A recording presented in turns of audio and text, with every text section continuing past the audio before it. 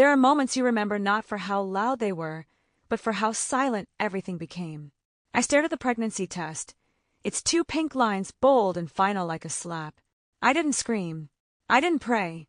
I just stood in the cramped bathroom of my one-room apartment in Mushin, where the ceiling leaked and the sink wheezed every time you turned the tap. Outside, life carried on, horns blaring, hawkers shouting, babies crying, but inside, something inside me had shifted. I wasn't ready, but I wasn't lost either. I was terrified, but I wasn't broken. This child, this possibility was mine. 1,000 thoughts tried to rise like steam in my mind. School fees, my job at the PR firm, my mother's tired eyes, my little brother still depending on me. But beneath them all was one certainty. I had to tell Tommy. I expected anger, maybe even panic. What I didn't expect was the way his face softened when I showed him the test, his eyes flickering between shock and something that looked like fear disguised as a smile. We were in his apartment in Lekki, cool air conditioning, glass table, a view of the lagoon, and yet the room suddenly felt tight. "We'll figure it out," he said, taking my hand like it was something fragile. "I promise." He kissed my forehead, but his lips were colder than usual. I watched him pretend to be calm, the way Lagos men do when their world is shifting under them. I knew him too well to believe he had a plan. And I knew Lagos too well to think this would be a love story just because there was a baby involved. But in that moment, I still wanted to believe that the man I loved would choose me. Not just in private, not just in secret, but in the fire. The message came 3 days later. Not a phone call, not a visit. An envelope, thick, embossed formal. A driver in a white SUV delivered it like it was an invitation to a coronation. Inside, gold lettering spelled out, "Mr. and Mrs. Adeyemi request the presence of Miss Zainab Bello at a private lunch, Saturday 1 p.m., Ikoyi residence." It felt less like an invitation and more like a summons. I didn't need a prophet to tell me what it meant. Tommy had told them. About me. About us. About the baby. And now the Adeyemis, Lagos royalty in power suits, wanted to size up the girl from Mushin who dared carry their blood. I stood in my room holding the envelope like it might burn my fingers. I could hear my landlord yelling in the compound and a Danfo conductor cursing outside, but in that moment all I could hear was my own pulse. Fast, angry, afraid. I told Tommy I wasn't going. "They're not royalty," I snapped, pacing my room with that envelope clutched like a weapon. "And I'm not some charity case they need to assess." But Tommy, ever the diplomat, ever the peacemaker, held my waist and whispered, "I just want them to see you. Really see you." I wanted to scream that his family didn't see people like me. They saw threats, liabilities, stains on white garments. But instead I nodded slowly, because a part of me wanted to see them too. If war was coming, I wanted to know what kind of generals I was up against. So I ironed my best thrifted Ankara dress, pulled my natural hair into a neat bun, and rehearsed the version of myself I would bring to their mansion. Calm, proud, unshakable. Even if my legs trembled. Their home looked like a boutique hotel crossed with a palace. Tall iron gates opened to a driveway lined with sculpted hedges and white stones that made my flats feel too loud as I walked. A steward greeted me with a bow. The marble floors inside were so polished I could see the reflection of my face as I passed. Every painting on the wall looked expensive, ancient, and out of place in the life I knew. I sat in the drawing room with my knees crossed, my back straight, and my palms sweating where they rested on my thighs. When Tommy's mother walked in, she didn't speak at first. She just looked at me. Her eyes, sharp, unreadable, took in my dress, my posture, my shoes, and then settled on my stomach, which had no visible bump yet but apparently needed no confirmation. "Zainab, is it?" she asked, her voice like porcelain, soft but easily shattered if struck. "You work in communications." I nodded. "Do you plan to keep the baby?" My mouth dried. She asked it like she was inquiring about a faulty product, like she wasn't asking about my child. Before I could answer, the door opened and Tommy's father entered. Chief Raymond Adeyemi. Impeccable gray agbada, gold-rimmed glasses, face like Lagos itself, hard, wise, unyielding. He didn't sit. He didn't even shake my hand. "So you're the girl," he said. It wasn't a question. It was a verdict. The silence that followed was louder than anything I'd heard all day. My heart beat against my ribs, not out of shame, but from the weight of being made invisible even while directly in their sight. I didn't reply. Not yet. I needed to know what game they were playing before I chose my move. I was still sitting there when the steward returned and told me, politely, that the chief would like a word in private. I followed him down a corridor that smelled like new money and old power. The study was dim, lined with books and a large mahogany desk. Chief Raymond didn't offer me a seat. He stood by the window, hands clasped behind him, like he was delivering a sermon to a congregation of one. "You seem intelligent," he began. "Well-spoken. From a modest background. But unfortunately, that child inside you complicates everything." I didn't blink. I didn't flinch. But I felt a coldness creep up my spine like I was standing in front of a firing squad. He walked over to the desk and placed a brown envelope in front of me. Thick, heavy. 50 million naira. That's more than enough for a fresh start. You can travel. Go back to school. Start over. But not with the child. My hands trembled, but I didn't let them move. I stared at the envelope like it was a bomb. And maybe it was. Not because of what was inside, but because of what it meant. He wasn't negotiating. He was eliminating. In his eyes, I wasn't a woman, I was a risk. A stain. A poor girl who had the audacity to disrupt his dynasty. I took a slow breath. "Chief," I said, my voice steady even though my throat burned, "if this is how you treat people who come into your family, I'd rather raise my child alone than raise them among wolves." I stood. He didn't stop me. But as I reached the door, he said quietly, "You think you've made a choice. But this house doesn't let outsiders win. Not for long." I walked out without looking back.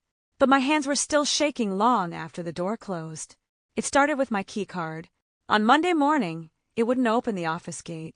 I had to call security. Then HR called me in. "Anonymous complaint," they said. "Unprofessional conduct with a client." I hadn't done anything. But suddenly, everyone was watching me like I was already guilty. My desk was moved. My projects reassigned. Colleagues whispered when I walked past. Even my boss, who once praised my pitch decks, avoided eye contact. I knew what this was. The Adeyemi influence didn't need to shout. It just pressed buttons in the shadows. And me, I was the roach they were trying to flush out. I cried in the bathroom once, quietly, but when I looked in the mirror, I wiped my tears and told my reflection, "You will not break. Not for money. Not for shame.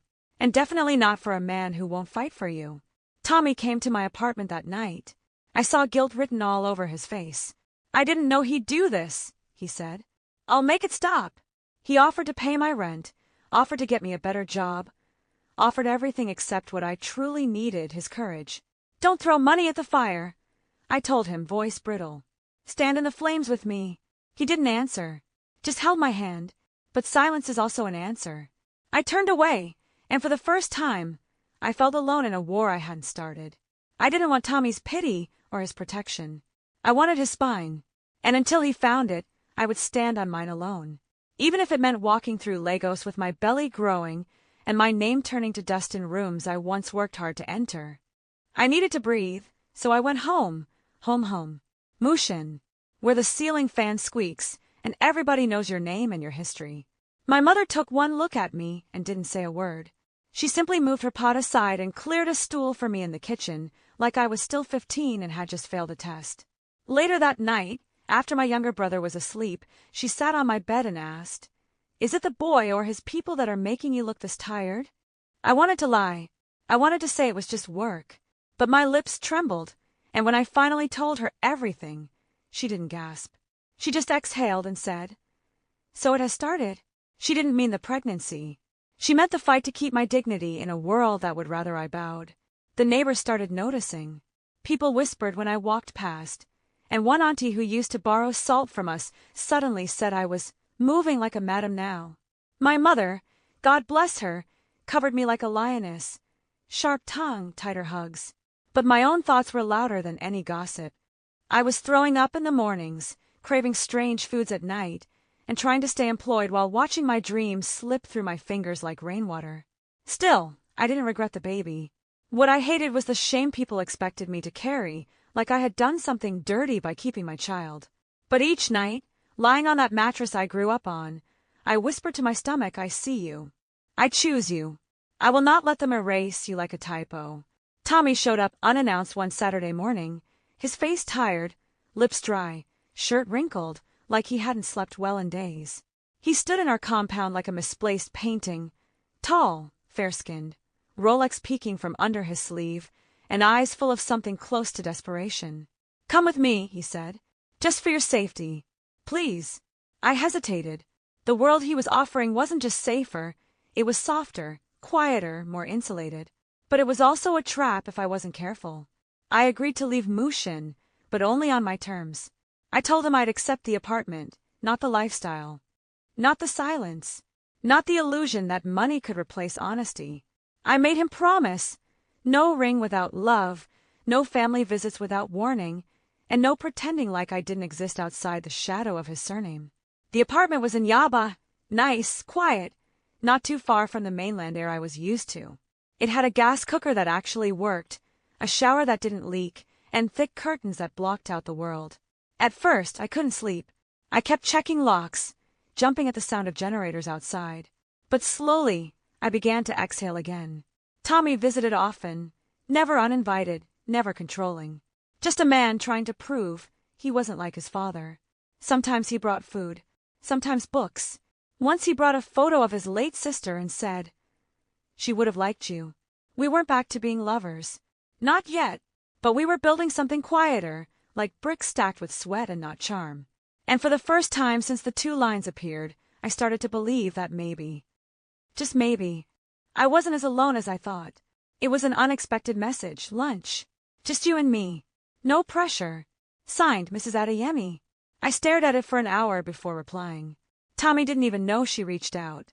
When I arrived at the posh cafe in Victoria Island, she was already seated, elegant in a navy blue wrapper, sipping lemon tea like she owned time itself.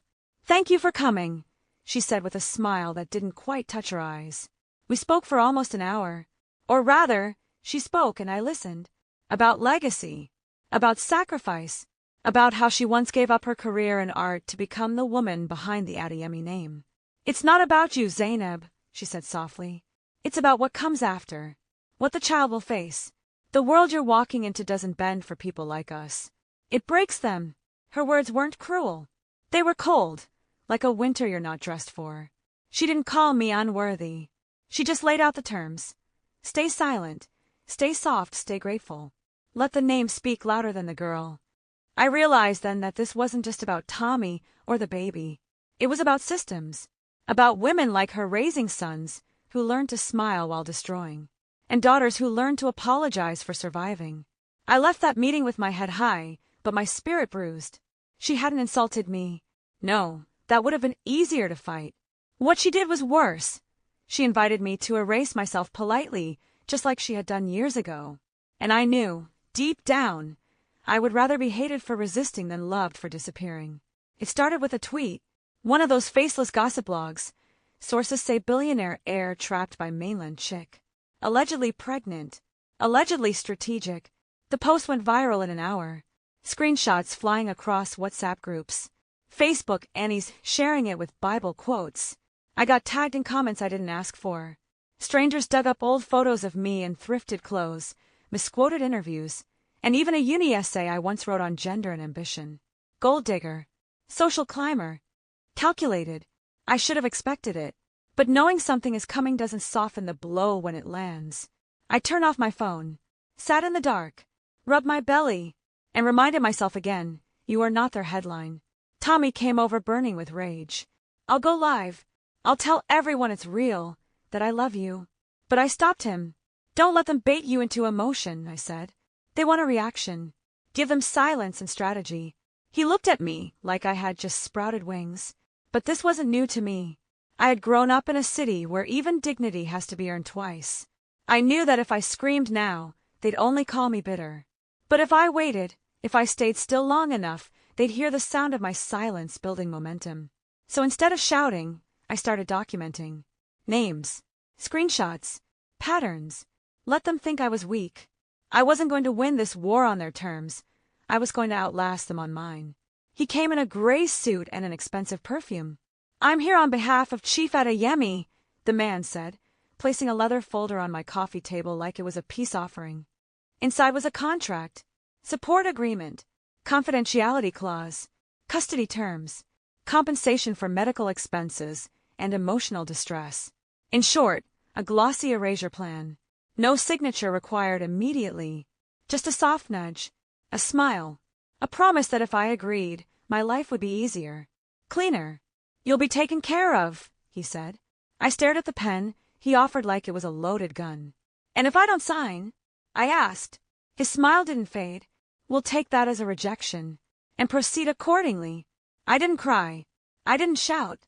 I picked up the contract, walked into my kitchen, and set it on fire over the gas burner.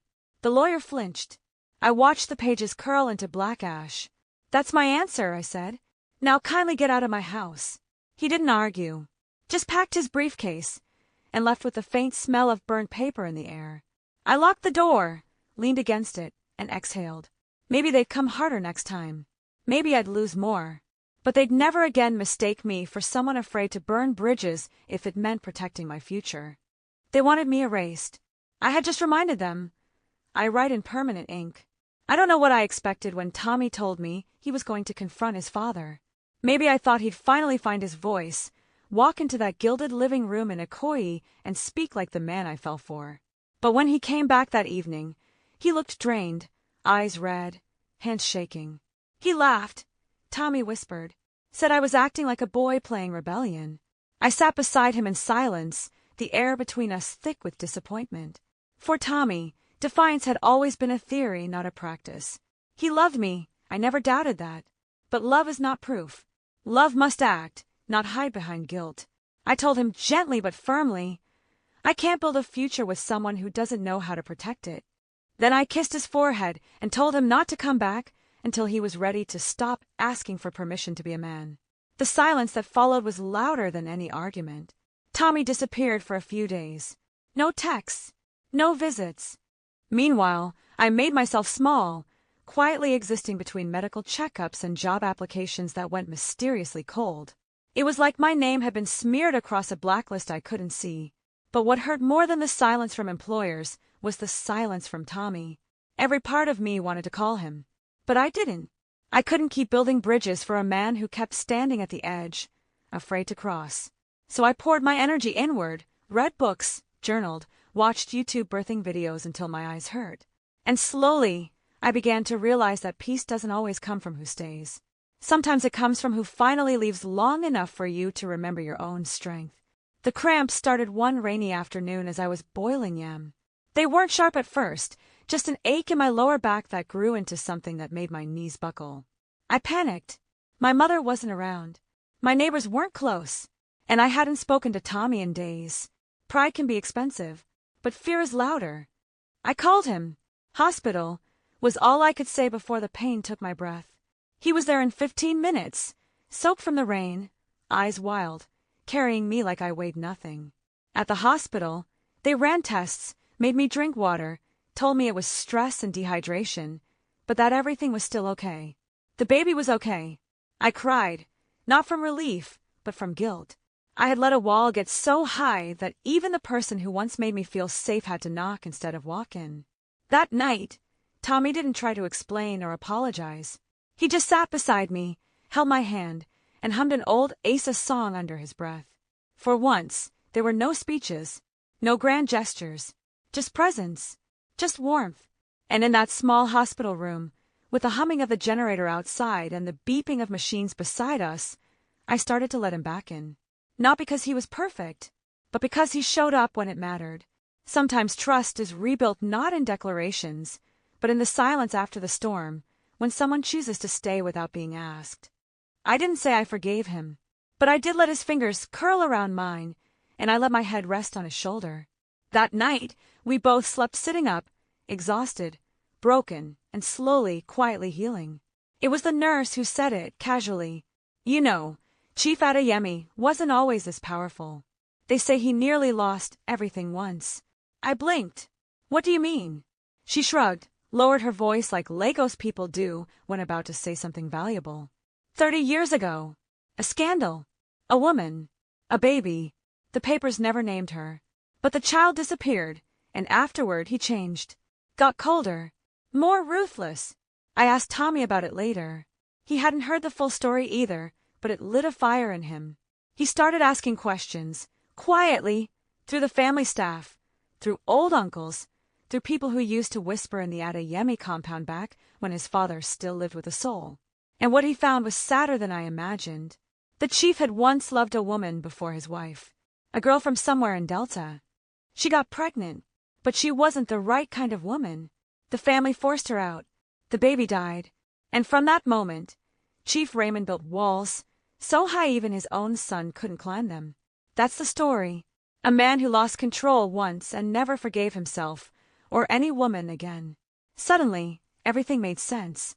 The money, the manipulation, the obsession with control. It wasn't about me.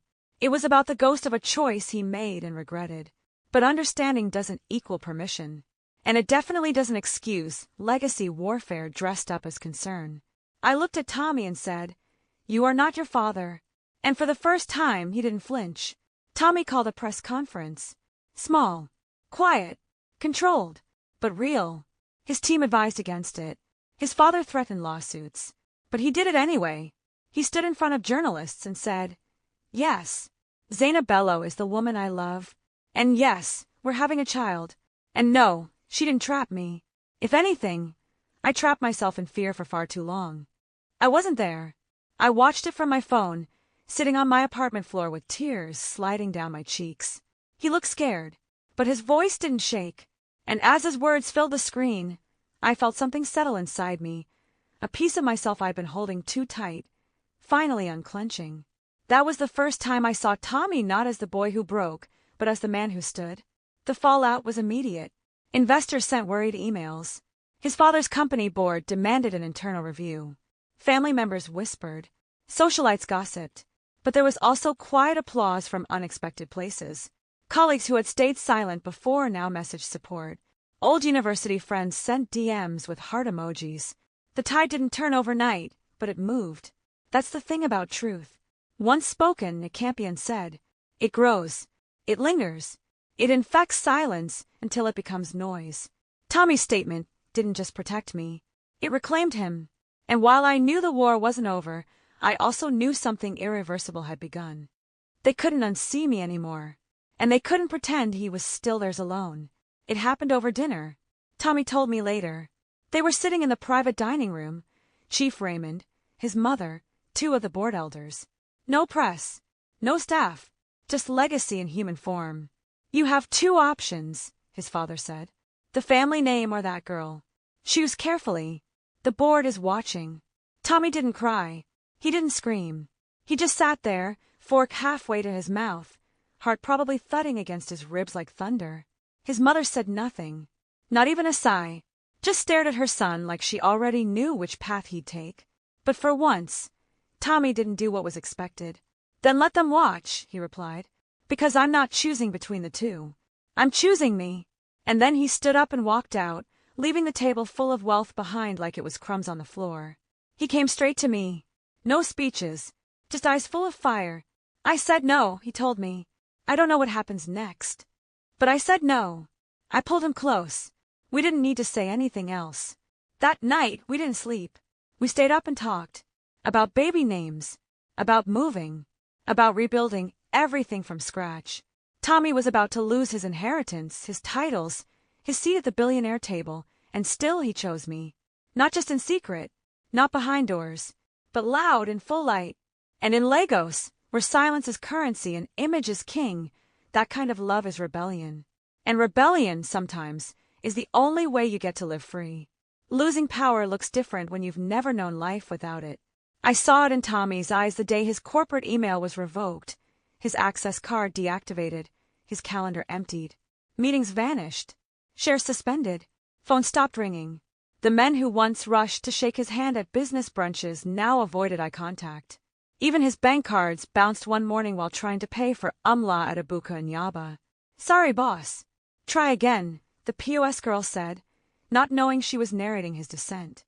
I watched him grapple with the kind of silence I had lived with all my life, the one where people look through you, not at you. Lagos has no patience for fallen royalty. One minute you're trending, the next you're invisible. And for the first time, Tommy finally understood what I'd been trying to protect our child from. But in the wreckage, something in him bloomed. He stopped dressing for meetings and started dressing for meaning. Gone were the Rolexes and silk ties, replaced by old jeans, t-shirts, even sneakers that once sat untouched in the back of his closet. We took walks together without security. He bought roasted corn from roadside vendors. He sat through my antenatal sessions and took notes like it was a boardroom. He washed my hair in the kitchen sink one night when I was too tired to stand. It was during one of those quiet nights, rain tapping on the window, my feet in his lap, that I realized this version of Tommy, stripped of everything except intent, was the man I had been waiting for. Not the heir, not the billionaire son. Just him. We didn't plan revenge. We planned defense. After the lawyer, the threats, the contracts, and the whispers, it became clear they weren't going to stop unless we showed teeth. Tommy started collecting documents, emails, phone records, testimonies from ex-employees who had been silenced. I reached out to a few people from my PR world, people who owed me favors or still had a soul. And slowly, a picture formed. The Adeyemi name had protected many shadows. Tommy didn't want to use it to hurt his father, but he was tired of being hurt by it. The surprising ally came from within, his mother. She came to our flat one evening, no driver, no makeup, just herself. She sat beside me and said, "I stayed quiet for too long. Maybe now I can speak through you." She handed us a folder, documents, screenshots, old memos. Not because she loved me, but because she'd stopped loving him. It wasn't an attack. It was a mirror. We showed the board the truth, the bribes, the intimidation, the orchestrated harassment campaign against me. We didn't leak it to the press. We sent it to the people who mattered, investors, advisors, lawyers who preferred to whisper than headline. It worked. The board started pulling back. The company distanced itself from Chief Raymond's personal choices. He lost votes in key decisions. The narrative began to fracture. The man who thought he owned legacy now watched it slip from his grip. And in that moment, I understood something. Sometimes power doesn't die with a fight. Sometimes it rots from the inside, and all you have to do is stop holding up the structure for it to collapse. They called it a family arbitration, but it felt like a courtroom dressed in silk. A neutral location, private security, lawyers on both sides. The topic wasn't even the baby, it was image, asset protection, reputational cleanup. I sat there, heavily pregnant, wearing the same black dress I wore to my interview the year I got my first job. It didn't fit perfectly anymore, but it made me feel powerful. When it was my turn to speak, the room quieted like I was an echo they didn't expect to sound so clear. I am not a mistake. I am not a scandal. I am not disposable. I didn't cry. I didn't beg. I told them what it meant to be hunted because I said no. What it meant to be loved quietly and hated publicly. What it meant to carry a child that they wanted gone simply because it wasn't born into the right corridor of marble and money. Tommy sat beside me the whole time, silent but solid. When the opposing counsel tried to paint me as opportunistic, he interrupted. "You're confusing ambition with survival," he said. "And if that offends you, maybe it's because you've never had to survive anything in your life." That shut them up. We left the room without a final verdict, but with our dignity intact. The Adeyemis weren't finished yet, but neither were we. And if the child inside me had felt any of that tension, they also felt something else, resolve. Fierce, unapologetic, inherited not by blood, but by choice.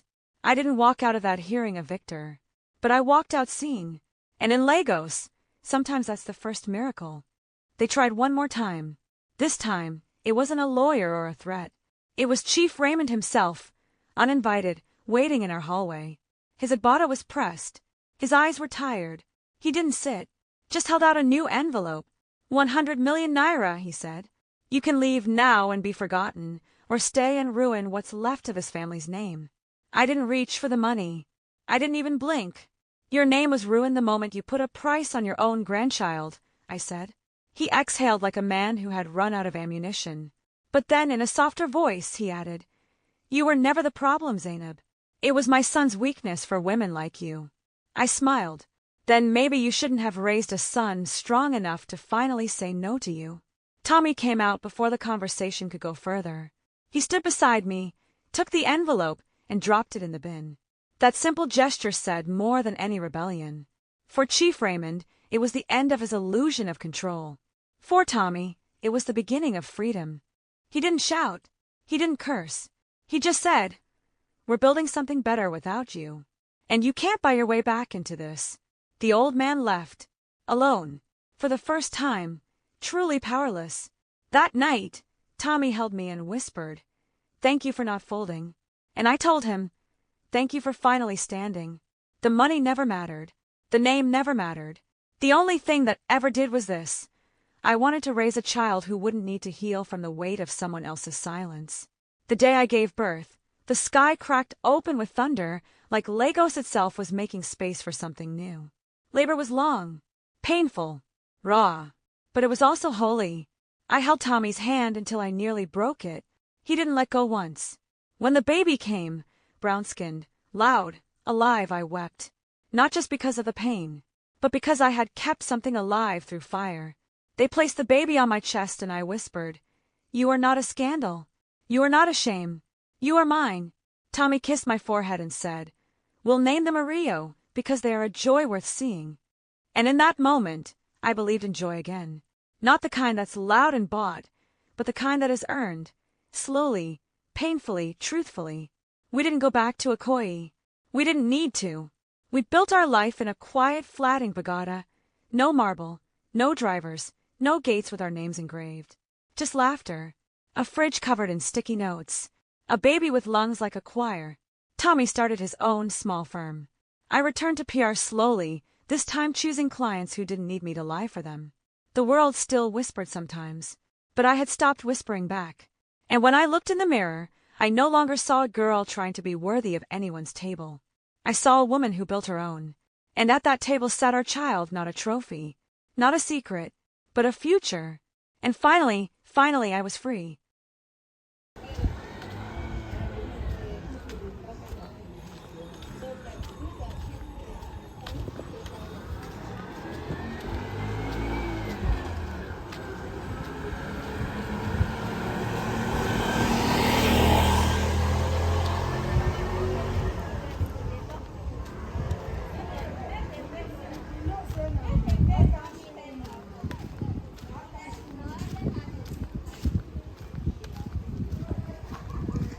Mr. Sailor Man, it's a guy to guide you.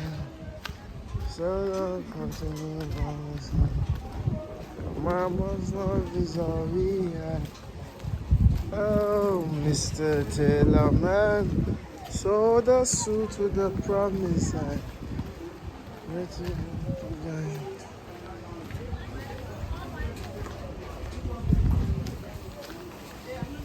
Mr. Sailor Man,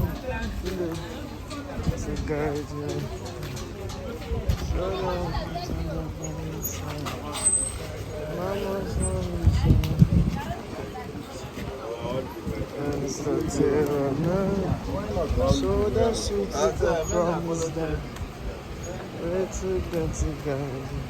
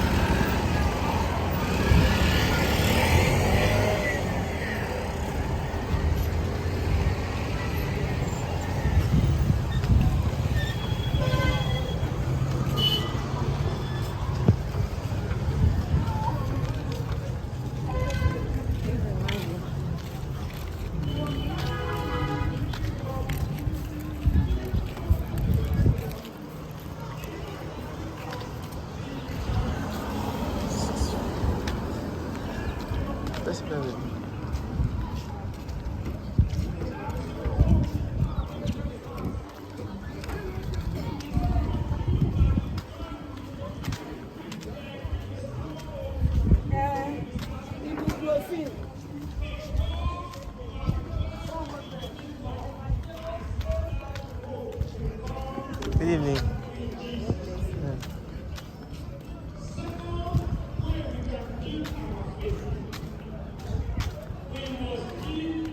So good news.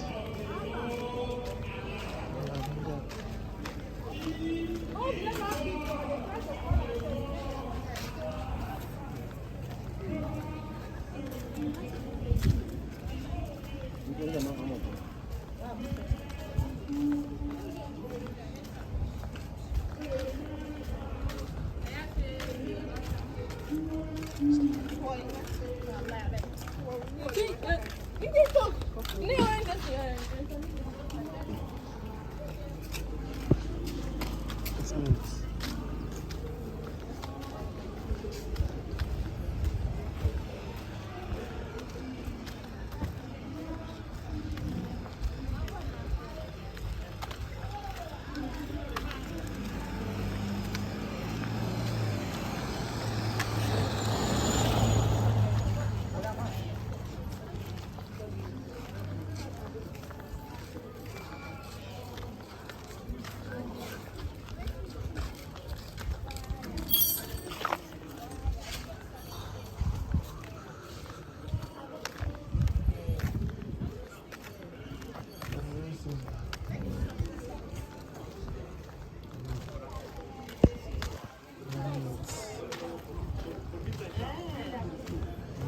go high.